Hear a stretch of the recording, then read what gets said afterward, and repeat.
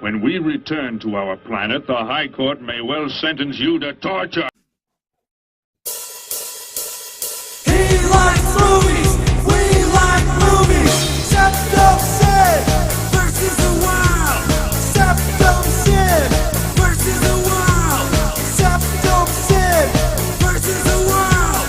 Septum Sin versus the world. I'd buy that for $1. Greetings! You're watching Septum Sin versus the World. I'm Septum Sin, this is Kotobuki Jake, Hi. and we're here to show you what they got. Yep. So, I'm just going to get us started. Look at that beautiful Blu-ray and DVD footage.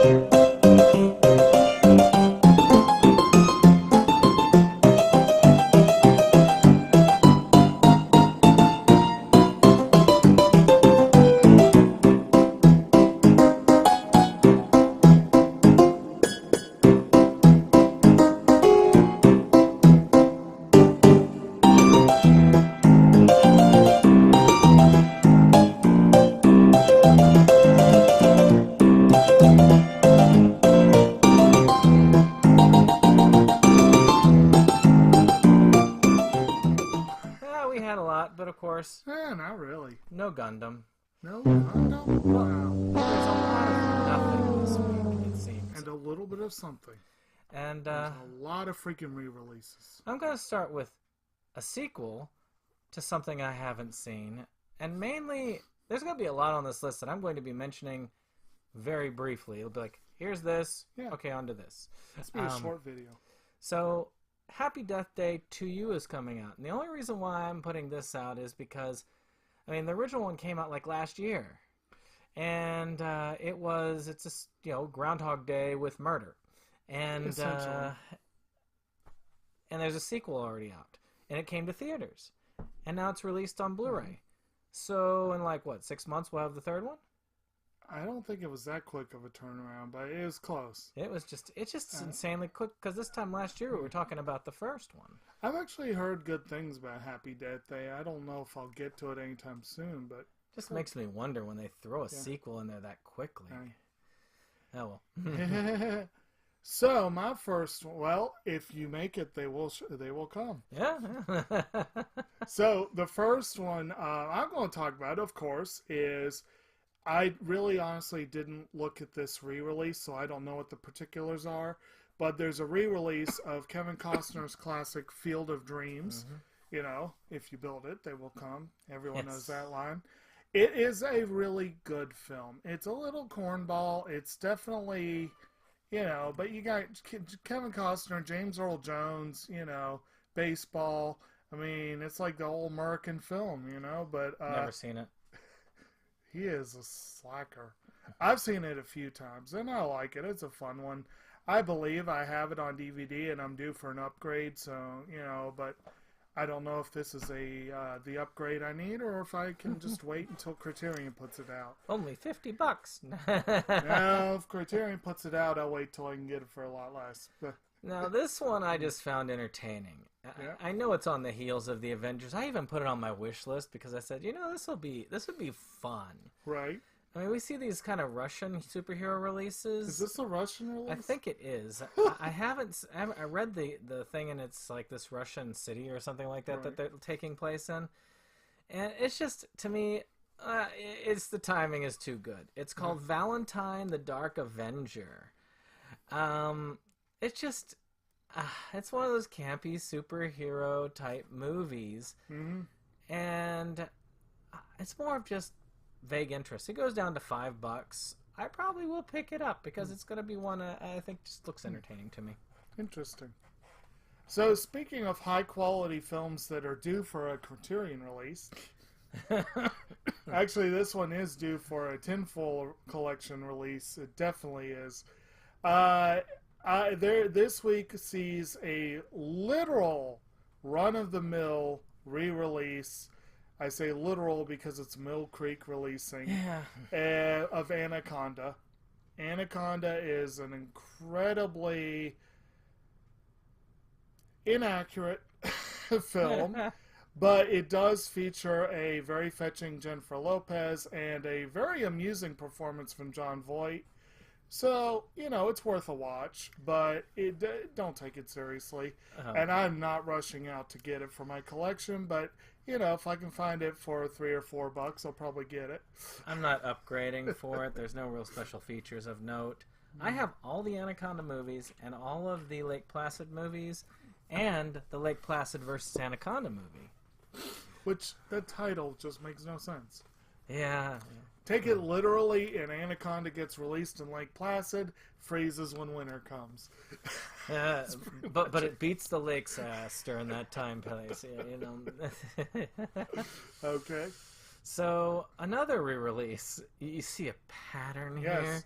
And another quality film that everybody loved. Matter of fact, most of these are re-releases. All right. Yes.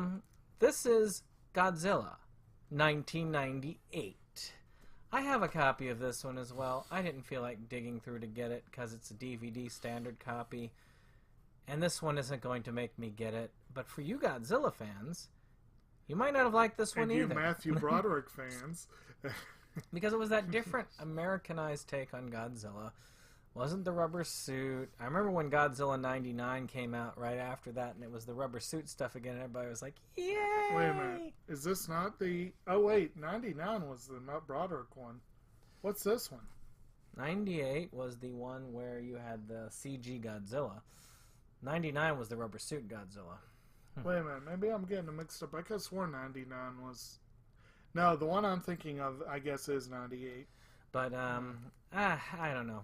It's just, it was an okay movie. Yeah. I don't mind having it in my collection because it's a fun trash watch. But it's not enough for me to upgrade it onto Blu-ray. Right. CG's too old for that. But it was alright. Good times. So, another re-release. Funimation's doing a couple... I think a couple of their Essentials releases this week. One of them is indisputable. One of them is debatable. The one that is more debatable, I believe we watched the first episode of Guilty Crown when it came out. Yeah. Guilty Crown's episode 1 was not bad. It was weird. It was kind of confusing. I wasn't sure where they were going with it. I do remember that it did have some pretty solid music, and I remember that was a big feature of the series. And it was nicely animated, but I'm not in a hurry on this one, but now that there's an Essentials release, I might be able to get it cheaper. And I'll probably eventually get it. It is on the radar. Yeah. Maybe if it's really cheap. Yeah. From that crop, there were a lot of them that were purchased by Sentai, because we watched that the same year that Future Diary was out, and there were a couple others. Future Diary was Funimation as well. Was it? Okay. These are both There was another Funimation. one. I swear there was another. Heaven's Memo Pad? That was Sentai. Okay, so yeah, because that one was out too. Because I remember we watched like a whole bunch of them, and Number 6 and Kamisama Dolls. We watched all those at the same time. Kamisama Dolls, I think, was Sentai. And Number 6, I think, was Funimation. I think. I don't know. Yeah. But in any case, they all ran together for me. Yeah. The only thing Future Diary didn't, because it's got a yandere that everybody talks about.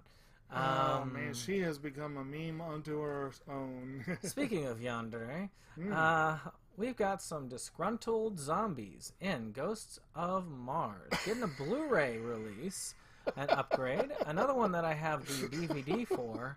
My wife loves this film. Really? It's about like a bunch of people go to a colony on Mars. Turns out everybody's being taken over by this weird zombie virus thingy that's infecting them, and they're getting all tribal and crazy. And why does that always happen in Mars? yeah, well, that's why we don't go to Mars. But it's an okay horror film. You want to get it on Blu-ray? Get it on Blu-ray. Okay. I'm going to come back to the other Essentials release in a minute. My one new release that I'm going to talk about this week is a film that I know relatively little about, but I'm intrigued by the cast. And it's a film called Fighting with My Family. And it's apparently about a family of mixed martial arts fighters. It features Vince Vaughn and The Rock, but it also features, what is her name? I knew this was going to happen. Poe. Her name is Poe. And I'm probably saying it wrong. Poe Derek. But no, her first name is Elsie Poe, I think is the name. She's the one who starred in Lady Macbeth.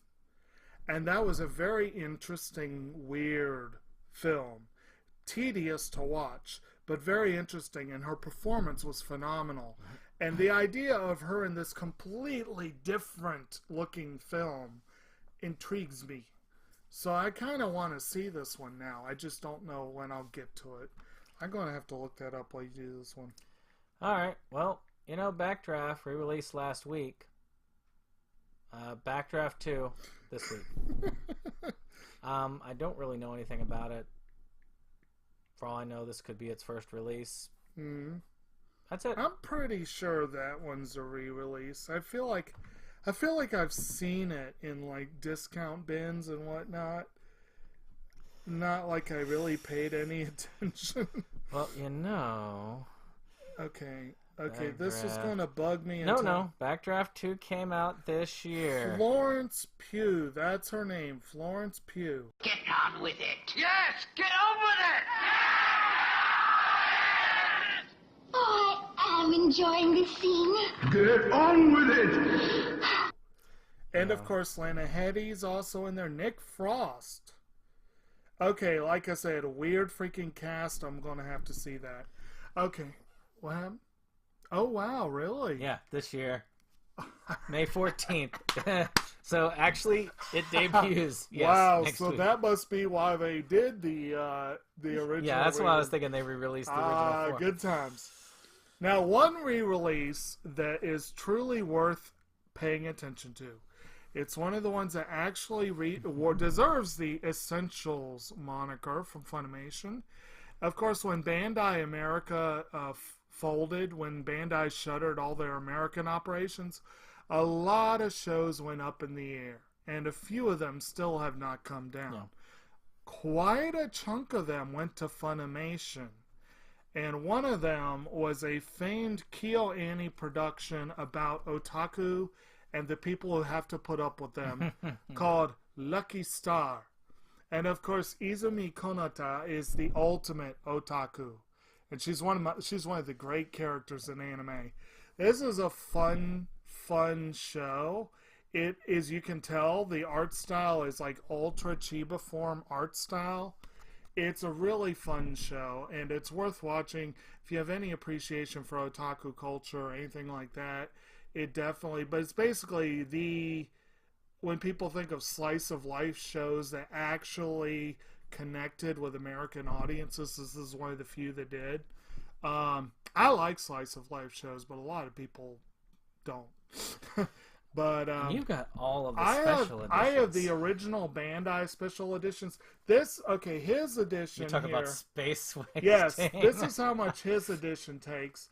The Essentials one is probably going to be half that. And his is... Mine is like this, because they're the big deluxe. Sets 1 through 5 are the deluxe edition sets. And then I have 6 in the OVA and just regular DVD cases. But it takes up a lot of space. This is what it looks like. Ah. Now, I don't know. It's... I like this show a lot. I originally saw it at a friend's house, and I thought that the colors were very vibrant on the hair. Yeah. I mean, purple, blue, pink, all of those colors, all the pastels going. Mm-hmm. And I really like the catchy theme song. So it's a fun slice of life. I enjoyed it. I used to own the DVD releases, but I upgraded to the Blu-ray because it was a smaller. Mm-hmm. And I'm not going to upgrade to this one because it's the same release, essentially. Just a little bit. I'm not doing it to save space. Right. If I ever decide I really got to save space to the point where I'll chuck my collector's editions, I'll. But if you don't already have it, it's a great opportunity to get it. Yeah. Speaking of, if you don't already have it, great opportunity. Yes. Or even if you have it at a lower version, Princess Mononoke is getting a very nice collector's edition release. It comes with a soundtrack and some extras, which I did not get to look. Yeah, soundtrack. Oh CD. man, that I might have to get it just for that. Princess Mononoke was the first film I watched by Studio Ghibli that I knew it was Studio Ghibli. The first film I watched from Studio Ghibli was Kiki's Delivery Service. I watched it on HBO. I didn't know what it was. But I tell you... Well, Mononoke was officially the first American theatrical Ghibli film. Miramax brought it over before the whole thing with Disney. I actually watched it in this room, believe it or not. I had a VHS copy of it that I had taken from a video store. That was really... Well, I had copied from a video store. And so I guess you could say taken. And... it was terrible quality, but I remember my grandmother coming down and watching a little bit of it, and she said she thought it was quite good. And it was just really cool. I mean, the animation quality, even on a crappy VHS tape, blew me away. Then I upgraded to DVD, and then I upgraded to the Disney release. And of course, this is going to be that Shout G-Kid / release. So, I don't know really what the main difference is on the release itself. I don't feel like it's going to be enough to justify $35, but if I didn't have it, or I just had the DVD release, I would easily be justified. I'm almost thinking the soundtrack and the art book alone might be worth it. Like I said, if it goes on sale for $15 or $20, I'll probably get it. But even if not, this is one of the great films. When you watch our upcoming video on the great anime films, there's a chance Mononoke will be on one of our lists. Maybe both. I don't know yet. But it is one of the great films. It is one of the more blatantly environmental Ghibli films. But it's also just a great action film. Oh, yeah. And it is one of their more adult skewing titles, no doubt about it. But, very good. And I think that's really... I think it took Mononoke to earn Spirited Away's win. I mean, at least getting that introduction and getting people talking about it, I really do believe that is what brought Ghibli to the forefront in the Academy. Well, the Academy probably never heard of Mononoke, but it was people... I think whatever issues may be revolving around John Lasseter, he was instrumental in bringing Ghibli to this country, so gotta give him props for that, I guess.